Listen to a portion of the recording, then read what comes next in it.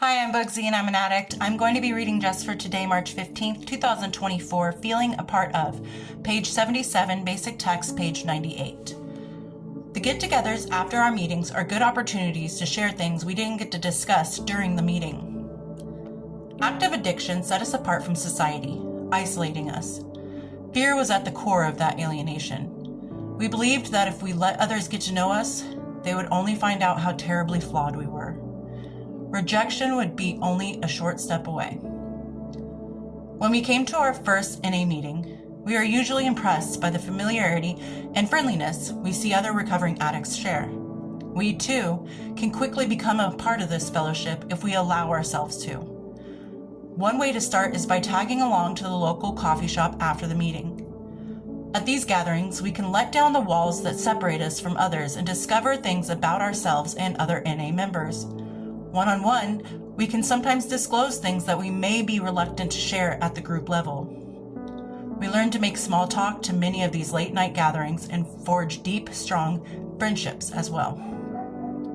With our newfound friends in NA, we no longer have to live lives of isolation. We can become a part of the greater whole, the fellowship of Narcotics Anonymous. Just for today, I will break free of isolation. I will strive to feel a part of the NA fellowship. I feel like isolation isn't talked about enough in recovery. We all know it. We all experience it. We all recognize that we feel different from everybody else. We have this secret in our back pocket that we can never show anyone else.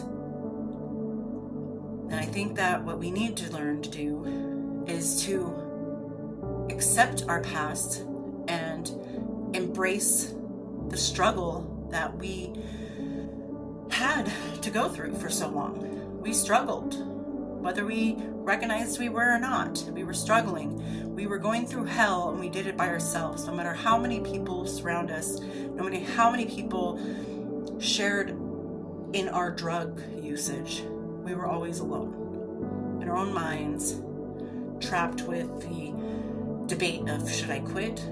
Or should I keep going? Am I even worthy of quitting? Does it even matter? And I think we carry that into recovery. We wonder, am I worthy being friends with this person who's never experienced anything that I've experienced?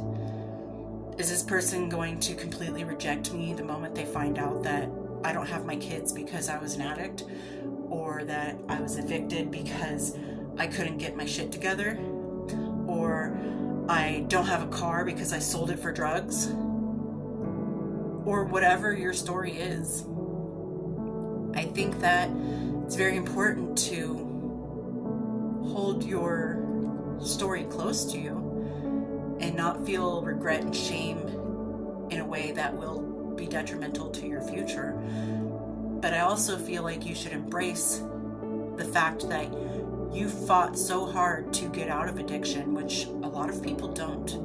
Comparatively to who is in recovery, to those who are still out in the streets, we are few. And we worked so hard to get to where we are. And unfortunately, there's people who have worked hard to be where we are now that ended up going back. And I think that we should be proud of the journey we took to get here. We don't have to be proud and happy about our addiction, of course not.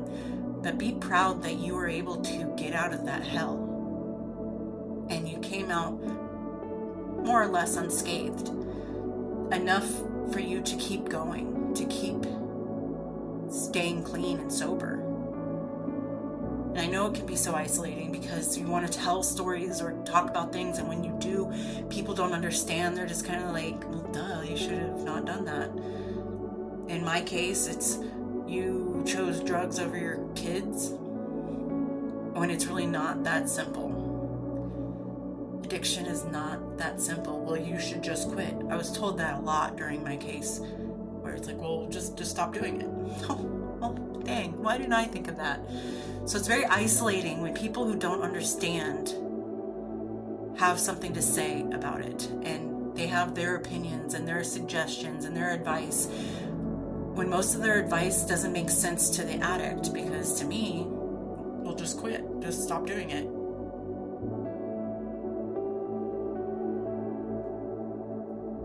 You obviously don't know anything about addiction, do you? Because if I can just quit and just stop and just be like, whatever, I'm done, then addiction wouldn't be that big of a problem in this world. If it was that easy, it took me years to just stop. I quit cold turkey, and I put the pipe down and I didn't go back, but there were days where I'm like, I could really go for a bowl right now. Even though I was like a week clean and 2 weeks clean and a month clean, and I'm like, there was a few days that I struggled, but I didn't go back. But it wasn't as easy of just saying, oh, just quit. Oh, okay, let me just quit. It wasn't that easy. I still had to go through the mental preparation of sobriety. I had to go through the physical preparation of sobriety. And some days I still have pipe dreams, and I still smell things that remind me of the past, or I see something that reminds me of the past, or somebody says something and I'm like, whew, and I go right back into it, and I'm not using, but my mind goes back into remember. And that's just the addict that still lives in my head. It's like, hey, I'm still here. And unfortunately, the addict is always going to still be there. It's up to you whether you're going to let them out or not. But what the literature said about finding friends in the fellowship is pretty decent and sound advice, because you're amongst people who have been there, who understand. So when you say something, they aren't automatically like, oh my God, what the hell's wrong with you? They're like, yeah, I've been there, I know that. And they can give you advice like, well, when I did this, or when that happens to me, or when I feel this way, this is what I do to help me through it. And it's nice to know that you're not alone. It's such a bittersweet thing that I'm glad I'm not alone in recovery, but I also am sad that I'm not alone in recovery, because that means so many people have gone through the hell that I've gone through. Some worse, some not as bad, but hell nonetheless. But then it's also nice to be able to talk about that experience with people who have done it and feel like you're not alone, and like you aren't just the only fuck up in the world as people assume all addicts are. And it's just a taboo topic, so that would be very isolating, because people look at addicts as dirty, dingy delinquents and good for nothing pieces of shit that aren't worth anything more than the gum on the bottom of my shoe. When in all actuality, addicts come in all shapes and sizes. I've gone to college twice. I was a police explorer as a kid. I was a corrections officer. I was in the United States Army. And I'm also a drug addict. I'm in recovery, but still a drug addict. It can be anybody. It can be the gas station guy. It can be a doctor. It can be your cashier at the Walmart. It can be your lawyer. It can be anybody. There's a song you should listen to, and it's by Joe Nestor, and it's called Story of an Addict. And that song is so... I'm a big Jelly Roll fan and Tom McDonald fan, but that song by Joe Nestor is like the best addiction song I've ever heard personally.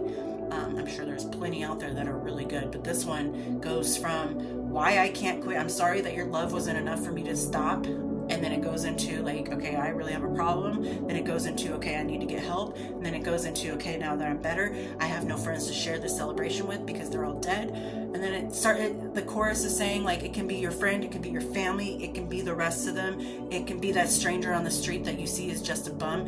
It happens to the best of them.